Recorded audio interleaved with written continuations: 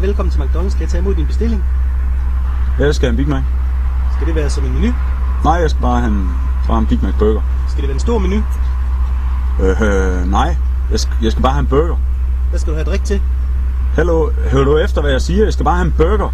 Og det skal være en Big Mac. Jeg kan ikke friste med 2 Hanomag. Nej, for fanden, så hører du efter. Jeg skal bare have den Big Mac. Jeg kan ikke friste med en magværk. Nej! Jeg kan ikke friste med en makrel.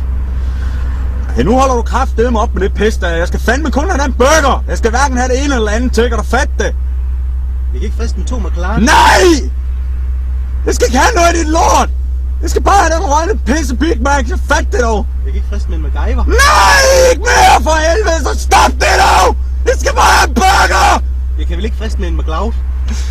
Nej! For fanden stop det så! Nu kan jeg fandme ikke klare det mere!